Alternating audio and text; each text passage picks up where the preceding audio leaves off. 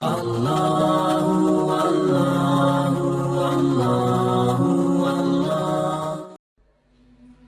জিজ্ঞেস করলেন, ওমর, কি মতলব নিয়ে এসেছ? ওমর বলছেন, মতলব তো খুবই খারাপ ছিল, খুব কুমতলব নিয়ে এসেছিলাম, কিন্তু কোরআন তো আমাকে উলট পালট করে দিল। আমি এখন জীবনের 26টি বছর অন্ধকারের মধ্যে কাটিয়ে দিয়েছিলাম, আমি এখন আলোর সন্ধান চাই। আল্লাহর নবী বলেন, ওমর, তুমি পড়ে নাও লা ইলাহা ইল্লাল্লাহ মুহাম্মাদুর রাসূলুল্লাহ। হযরত ওমর ছিলেন একটা বাল্ব, শুধু বাল্ব।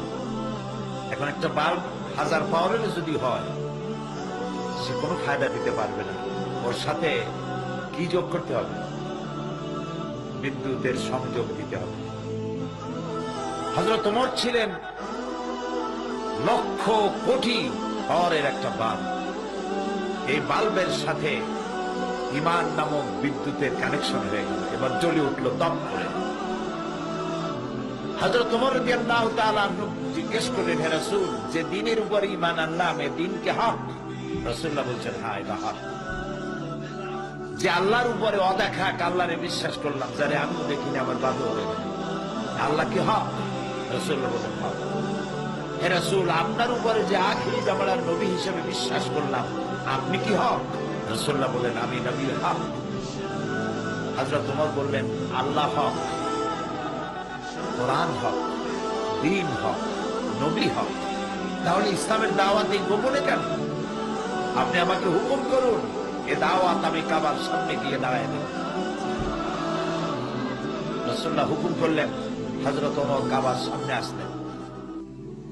কাবা শরীফের সামনে এসে হযরত ওমর বলেন, হে কুরাইশের নেতারা, শোনো, তোমাদের দ্বারা প্ররোচিত হয়ে আমি আল্লাহর নবীকে হত্যা করতে আসছিলাম, কিন্তু আমি নবীকে হত্যা করতে পারি নাই।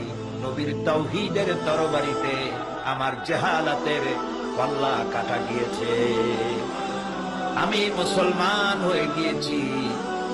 এখন যদি ইসলামের বিরুদ্ধে কেউ টু শব্দ করো, যদি বাধা দিতে আসো, আমার তরবারি তারে ক্ষমা করবে না।